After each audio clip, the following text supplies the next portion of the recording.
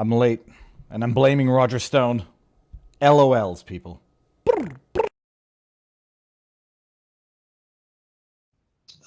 The great Robert Barnes, to my mind, literally one of the most brilliant legal minds in the United States, a man for whom I have enormous respect, as I do for you.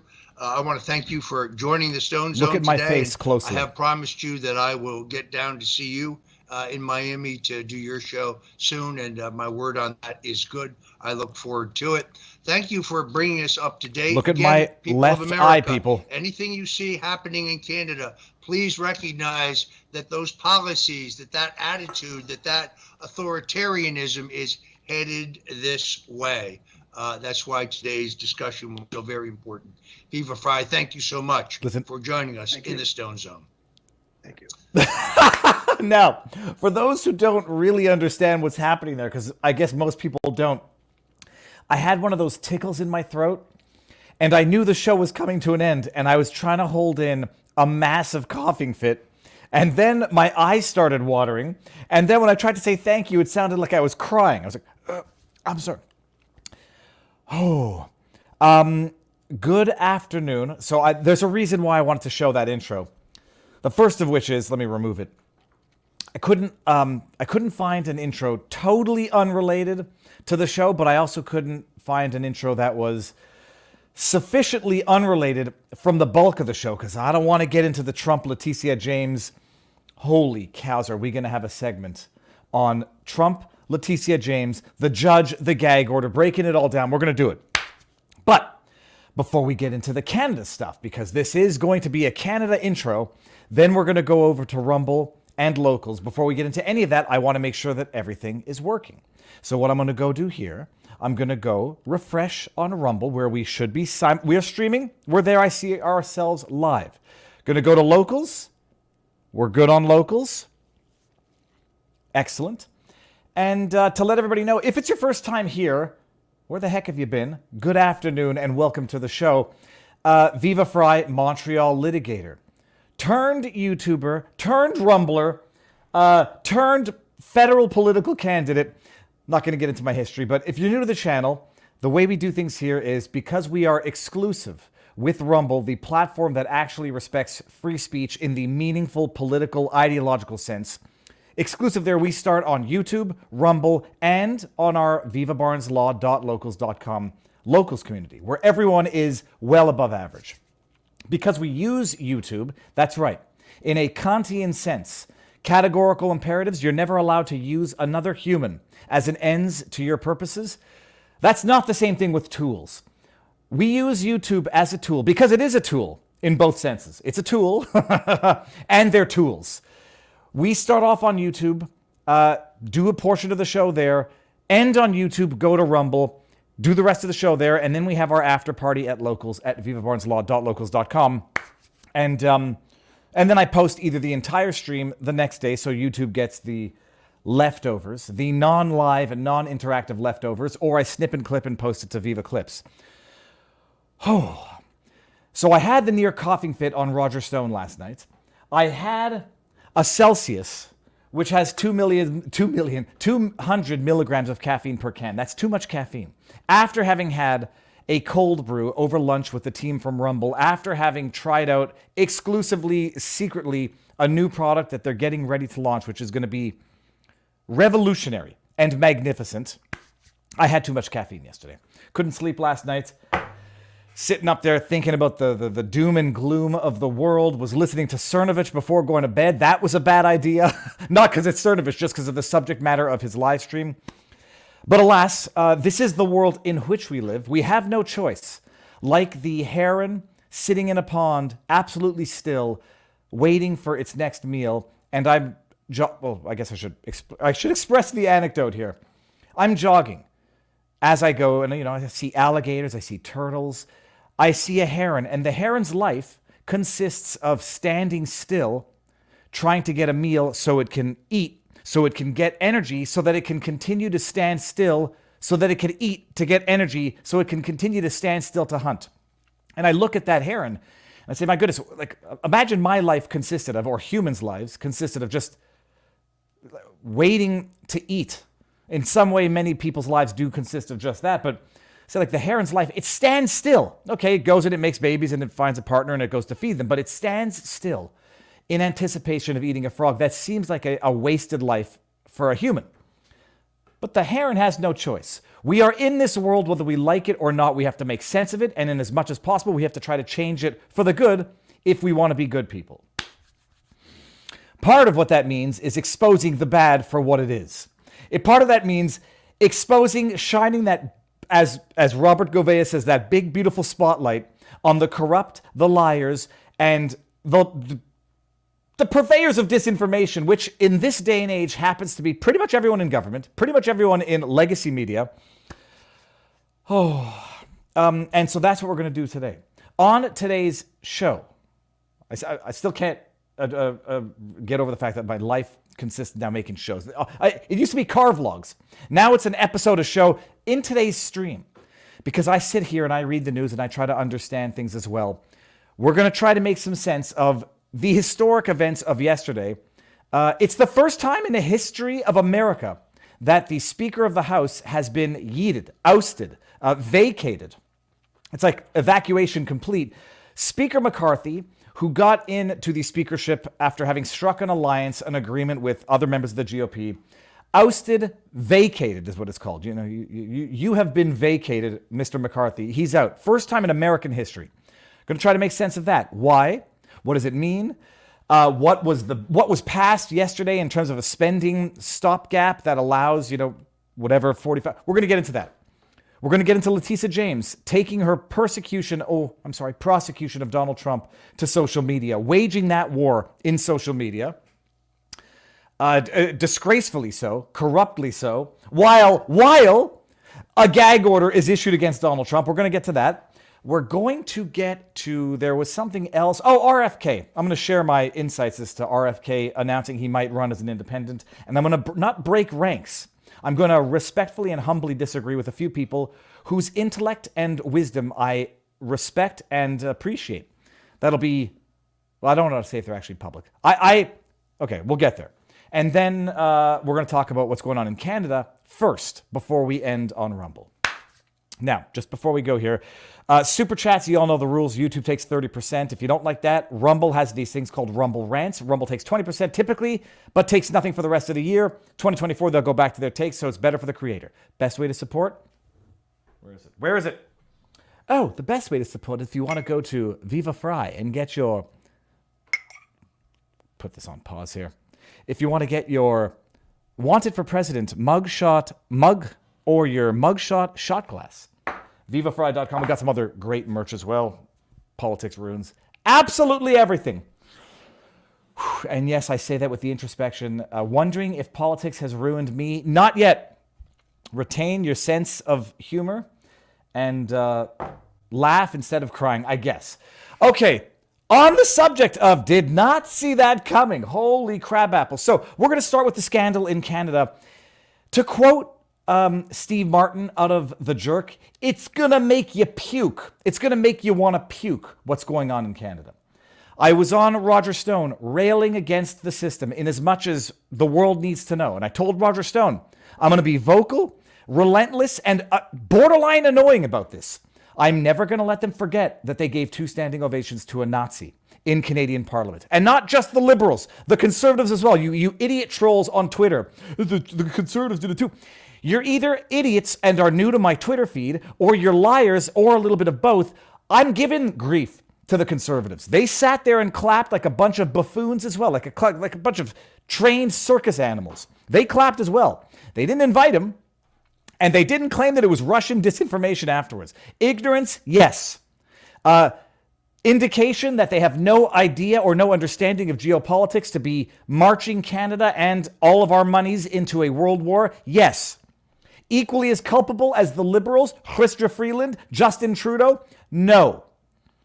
So there's that. I'm going to address this. I'm not your buddy guy because I can't see this and then not address this. I'm not your buddy guy. Viva Frei, I am struggling to see anything good for the future. I find it hard to keep going considering my personal circumstances as well as future. Well, here's in the most cryptic and cynical senses. This is What's the what's the alternative? Give up? Give in? Give out? That's not much of an alternative. Without getting too cryptic, some of you may know from my practice of law, I had two, I'll say mildly traumatic experiences involving what people do in the absolute worst states of devastation to themselves. And God, at one point in time, I said, just wait another day, because nothing needs to be done today that can't wait until tomorrow in the most panic-induced moments of crises. But what's the alternative? Give up, give in, and withdraw? That's not an option. It's not an option, because what's the benefit of doing that? Like, if at the end of the day we're all going to the same place, you may as well do what you can while you're here to change for the better. If we all end up in the same place anyhow. If we end up in the same place, ending up there in 50 years' time or in a day, what's the benefit to ending up there in a day? You keep fighting, you stay true to yourself, you keep optimistic, because what is the option? The heron doesn't just give up and fly off. It waits, hoping that a frog comes so it can get its next meal. We will wait, continuing to pursue what is good, what is true, and what is honest, and you fingers crossed behind your back. But you don't give up and you don't give in, because there's no benefit to that, and we're all going to end up in the same place at any point. So you may as well do everything you can in your power to be good and change things for the better while you're here. Moment of inspiration, I hope, over. And I have to tell myself this sometimes, because sometimes you don't want to leave the house. You don't want to leave the house out of irrational fears, but you also just don't want to leave the house like, oh, cripe, what are we going to do? It's like, I'm going to end up back here, to quote Homer Simpson, but also like, it's a scary, ugly world out there, and it seems to be filled with and run by the most decrepit cretin on the planet. How does that happen? You better don't take an interest in politics. You end up being governed by your inferiors, to quote Plato. And if you don't take an interest in politics, it doesn't matter. Politics will take an interest in you. I think everybody is starting to realize that right now. You can't stay quiet on the sidelines forever, because politics will take an interest in you, and it's going to go a little bit above and beyond just taking your hard-earned money for taxes so they can finance a proxy war that might lead us into World War III. Okay, I hope that's okay. We're going to get here. I'm going to flag this and get to it. Not flag it. I'm going to star this and get back to it. So the news out of Canada, I'm not doing the overview because everybody knows that when Zelensky was doing the rounds in North America, asking for billions and billions of more dollars to finance not just the war, and this is what I highlighted with the Going Underground interview that I did and with Roger Stone, not just finance the war, to finance all of the Ukrainian economy. Administrative salaries, government salaries. These people are living fat off the dough. They're sucking the fat from the bone, living in multi-million-dollar mansions. Government official salaries, subsidizing small businesses in Ukraine because their economy is taking a hit because of the conflict with Russia. That's what Canadian taxpayer dollars, US taxpayer, hundreds of billions of dollars. You're not just financing a war, which would be problematic enough. You're financing an economy where our economy is not exactly, on the golden path to heaven. I don't know, that's not the word, to paradise. Financing the Ukrainian economy, Ukrainian small businesses, Ukrainian government official salaries, so they can corruptly divvy up that money among themselves and go buy million-dollar mansions across the world. That's what we're financing. So while Zelensky's doing the rounds in the West to beg for more because it's in all of our best interests for as long as it takes, he goes to the House of the Parliament in Canada, special invitation, where the government has also invited another guy who happens to have been a Nazi soldier for the SS back in Ukraine fighting the Soviets.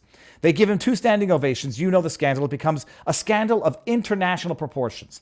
A, because it illustrates, for the dude running around calling Canadians Nazis for not wanting to, have their bodies medically experimented on. They invited a Nazi and gave a Nazi 2 standing ovations, but they don't politicize it. International embarrassment for Canada, but moreover highlights the problem that many have been saying for quite a few years until it became memory hold, that there's a Nazi problem in Ukraine, and maybe people are starting to get a little wise to the fact that the hundreds of billions of dollars we're sending over unquestionably to this country, where, what was it, upwards of 30%? If it was either 30 or 70%, a significant portion goes unaccounted for. We might be financing actual Nazis in Ukraine while our government is demonizing us as being Nazis if we protest for our rights, don't want to be experimented on. That's the scandal.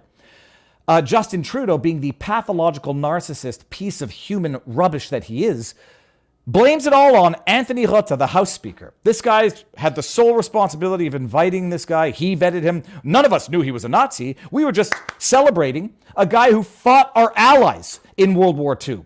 Idiots. Okay, Anthony Rota, as you've all known, falls on the sword, takes full responsibility, apologizes, and resigns. Okay, he resigns.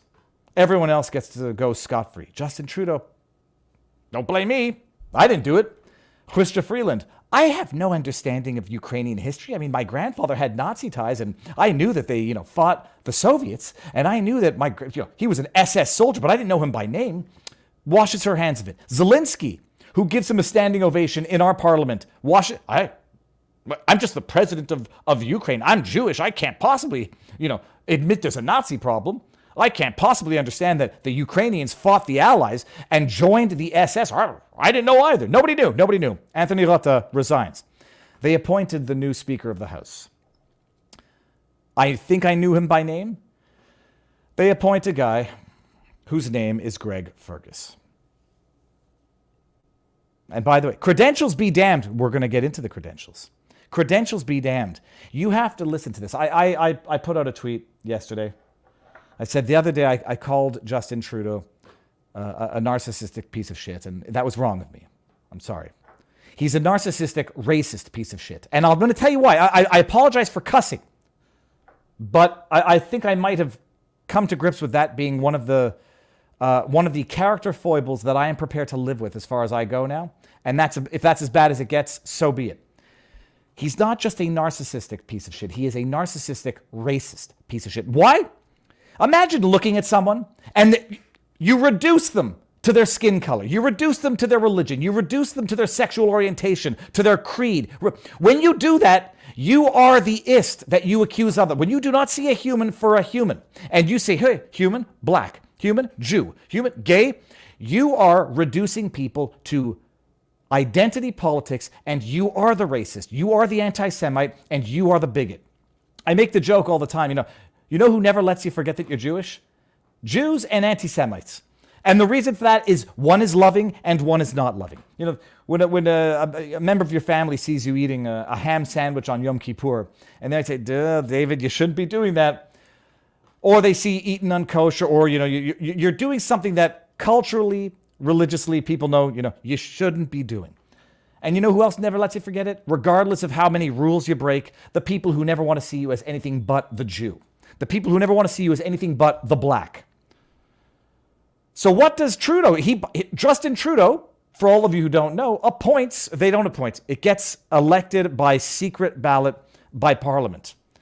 Canada has now elected the first black House Speaker. Credentials be damned, because he's got problems, as we're going to get into in a second. When I say that Trudeau is a racist and narcissist, I present to you Exhibit 1. And I'm going to tell you what, it's going to make you puke. Well, I don't want to oversell it. And it will give us the opportunity to proceed. This with is after mutual his respect. speech. Yeah, proceed with mutual respect. Ladies and gentlemen, thank you for your trust. I hope that I will earn it over the coming years.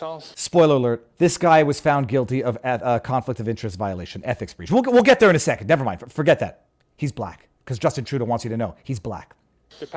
I hope I will have the opportunity. In case you didn't know. I will speak with each one of you to get to know you better. And in this way, we will really set an example for all. Set an example. Yep, set an example. We now have a Speaker of the House, a man who was found guilty of ethics violations. Thank you. Thank you. And I wish you all the success. Let's hear what Justin Trudeau has to say. Look at it. Oh, they're giving him a standing ovation. We all know what those mean now. Look at Pablo Rodriguez on the bottom left there. Okay, here, they're going to get Justin Trudeau to speak. L'honorable Premier Ministre. The Right Honourable Prime Minister. Très honorable. Voilà, mon première erreur. There, my first mistake, he says. Premier Ministre. The Right Honourable Prime Minister. Monsieur le Président, We're going to go back. Mr. Speaker, on behalf of the government and all members in this House, I wish to congratulate you for your election. Listening to this guy. I also want to thank everyone who ran. Thank you for answering the call when it was time to keep our democracy strong and healthy. Mr. Speaker, today you are the first Black Canadian to become Speaker of this House. Look at his disgusting face. I look at you, Greg Fergus. I don't see anything other than a black man. That's all I see when I look at you. Yeah, look at this. Oh, God. Can you imagine how demeaning and degrading that is? Like, imagine I got appointed Speaker of the House. I don't know if they've ever had a Jewish Speaker of the House. And they look at me and they set aside law degrees, set aside Rumble Awards, set aside whatever. Mr. Frei, you are the first Jew Speaker of the House. How do you think that? I mean, I know how that would make me feel, like an absolute object. And they go on. They're so proud of themselves for having done it. They're not proud of him. They're proud of themselves because of how tolerant, because of how not racist they are, that they actually elected a black man. And the first thing they say to him, you're a black man. Oh, and by the way, it's the right honorable. And don't make that mistake again. I smiled, but it ain't funny. You call me by my title, and it's the right honorable. I'll go back and watch that in a second. This should be inspiring for all Canadians, especially younger generations who want to get involved in politics. We'll stop there. No, it should be inspiring for all Canadians, especially when you find out that he was found guilty of having violated the Conflict of Interests Act. But let's just go back. Let's just go back for 1 second and look at the repulsive man that is Justin Trudeau. He couldn't let it slide, by the way. So just so you know, I don't know why they are called honorable. I mean, I think that it's just customary.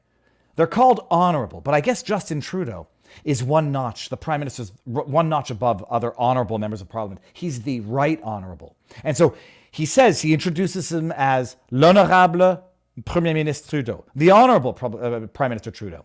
And Justin Trudeau has to say, le très honorable, which in French means the very honorable, but I guess that's the French version of right honorable is très honorable. You're right honorable.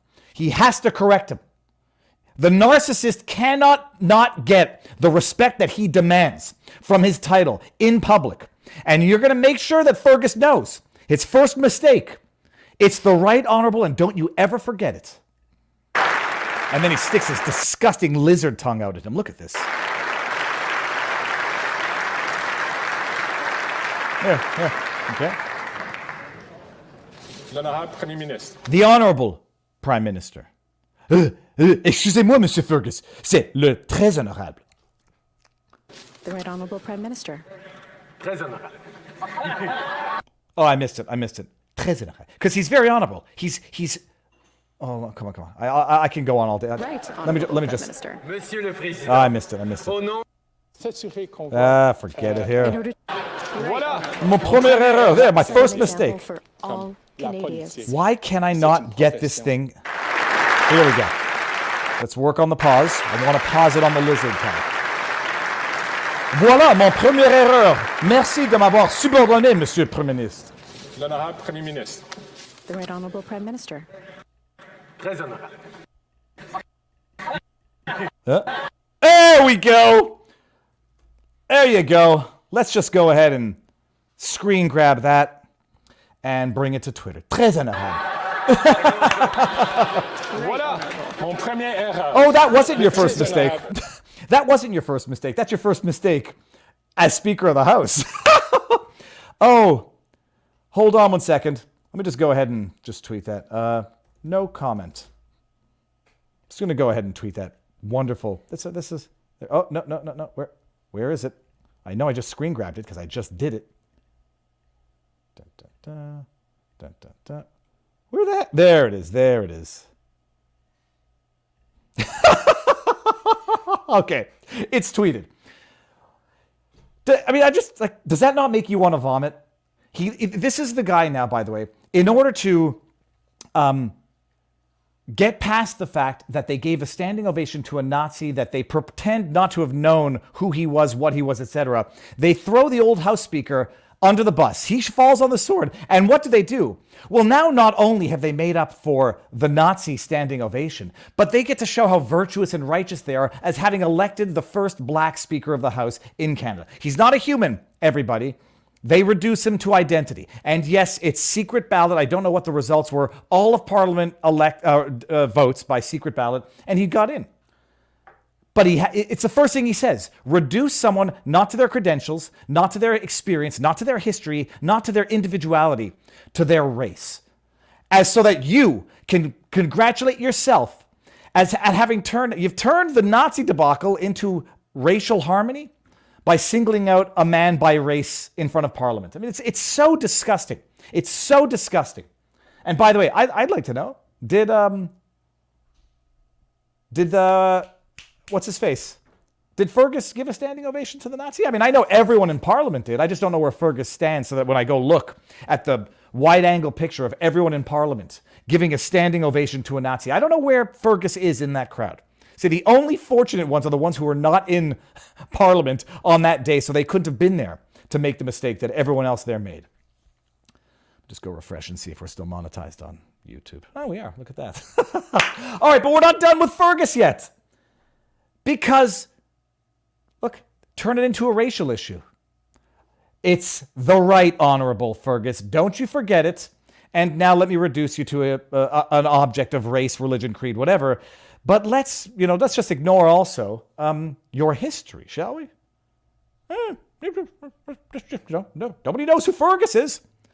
MP Greg Fergus, this is from CBC, so when they're going to report something unfavorable about the hand that finances them, it's probably going to be begrudgingly true. MP Member of Parliament Greg Fergus becomes the latest Liberal caught violating ethics rules. This is from 10 years ago, right? No, I'm sorry, hold on, what? February 14, Valentine's Day, 2023.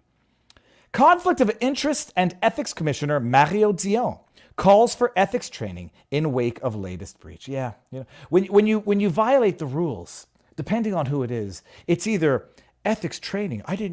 It's my first day. I didn't know. Or it's off with their heads, get out of Parliament, depending on political orientation. No one's above the law, but some people are more below the law than others. And may I remind you that Justin Trudeau has been found in violation of the Conflict of Interest Act twice. He had 3 complaints. The last one he got out of, and I don't know how, but it was right before Mario Dion left for health reasons. The first one was the Aga Khan scandal, where Justin Trudeau was taking all expense paid trips to the island of the Aga Khan, some philanthropist who was petitioning the federal government for tens of millions of dollars, which he got. Didn't disclose it. Didn't think, like a $50,000, $60,000 jet ski, all-inclusive vacation to this guy's private island while he's asking the government for money, that you should disclose those things. Ethics violation number 1. Number 2 was when he fired Jody Wilson-Raybould, the first Aboriginal woman Minister of Justice and Attorney General. Remember, when he appointed her, he was so proud of the fact that he appointed a woman, and an Indigenous woman at that. Then he fired her like the underling that she is when she refused to do his bidding for him. Second ethics violation. The third ethics complaint was the We Charity, where it became known that his mother, his brother, his wife were getting speaking fees, gifts, or compensation, remuneration, other goodies from the We Charity for speaking fees, while the We Charity was being granted a sole-sourced, no-bid contract to administer $1 billion in student loans, for which they were getting paid like $20 million. And Mario Dion, the ethics commissioner, I could probably take this out of the screen for a second, somehow came to the conclusion that that wasn't a violation of ethics because they were not immediate family members or something ludicrous. Then Mario Dion goes on leave or resigns due to health reasons. And you know what?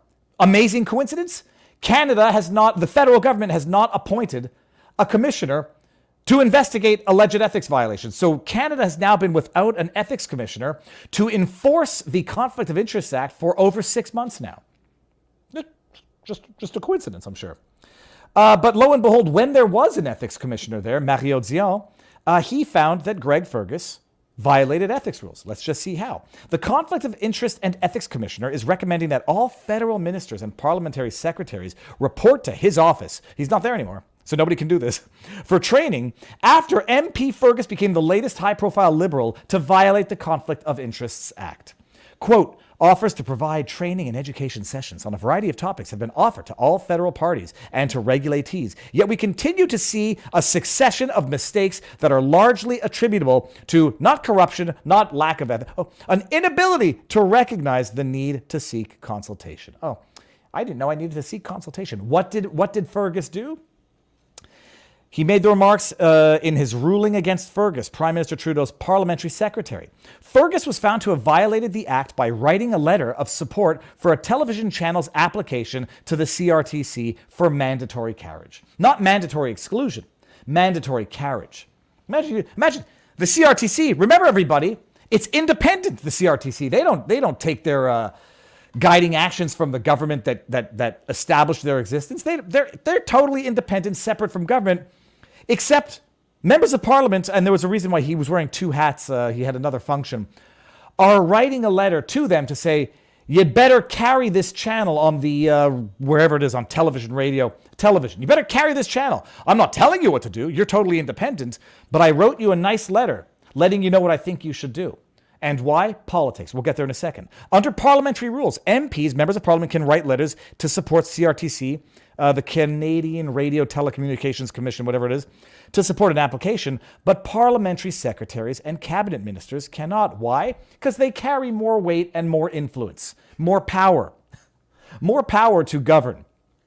Ministers and parliamentary secretaries are subject to both Conflict of Interest Code for members of the House of Commons in their roles as parliamentarians, and the Conflict of Interest Act in their role as government officials. This is because they wield more influence than backbench MPs. Okay.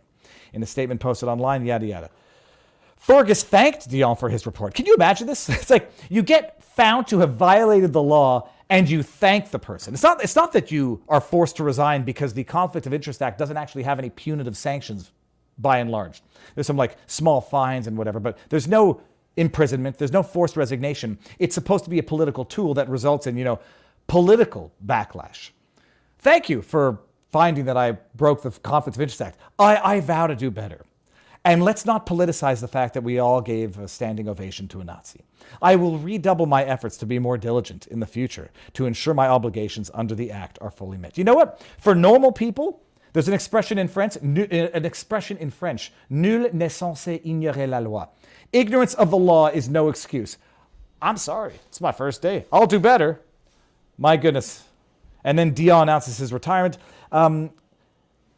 I'll just read this before we end on this. Liberals and ethics violations. Dion said over the last 5 years that despite offers to provide ethics training, his office has continued to see government officials, quote, unaware of their obligations and mistakenly making assumptions. Oh yeah, bullshit. You assume that they're of good faith?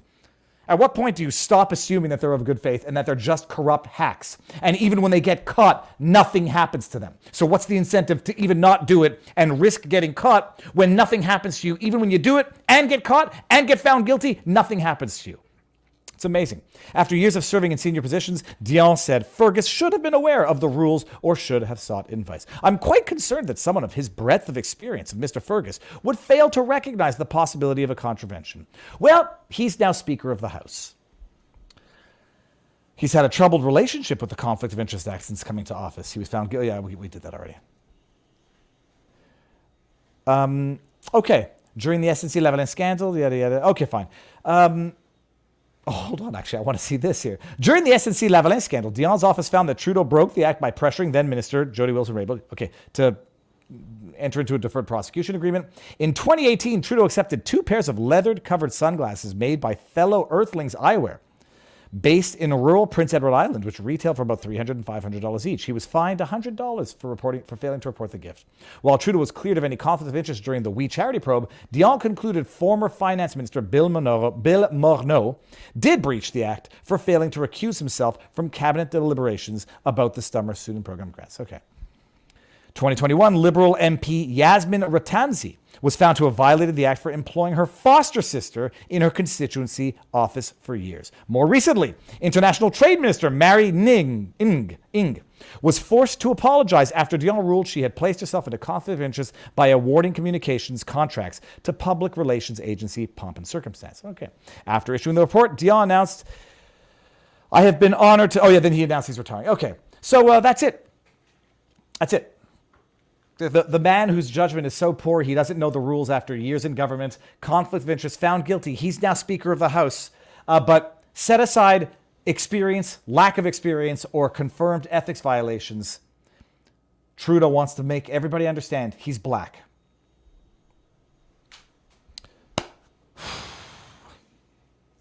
All right, I feel better.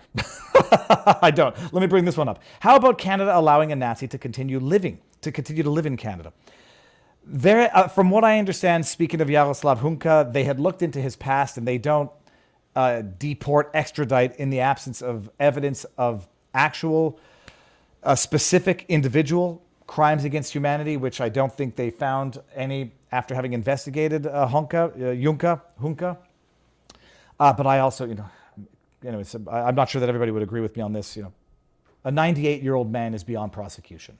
I don't think you're serving justice by prosecuting a 98-year-old war criminal for war crimes that were committed 80 years ago, not for war crimes that he might have committed last year. So, but anyways, I agree. I accept that some people will agree to disagree with me on that position.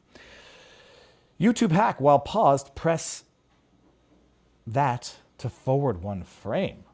I'm going to check that out. I didn't know what the heck that was. Ethics and fire alarms can be confusing, says Mr. Buttons. Oh, yeah. No, it's his first day. All right, we're going to end on YouTube now. Let me just see if there's any Rumble rants. There are not that I should read now. I'm going to close that. So what we're going to do now, let me give you all the link to the Rumbles. We'll take the party over there. How many are we on YouTube? 426. We are destroying YouTube on Rumble. Come on over to Rumble now, if you are so inclined. And that is it. Just make sure here I'm not missing anything. Okay, we're done. Ending on YouTube, come over to Rumble, and then after that, we're going to head on over to Locals on Rumble. Not Gates. We're going to talk about McCarthy. We're going to talk about RFK, and we're going to talk about Trump and Letitia James. Oh my God. Spoiler alert. The Statue of Limitations. They're going to replace the Statue of Liberty with the Statue of Limitations. And yes, it might have just been a flub that she said. I'm going to pick on it. I'm going to make fun of it because it's damn funny. To be continued.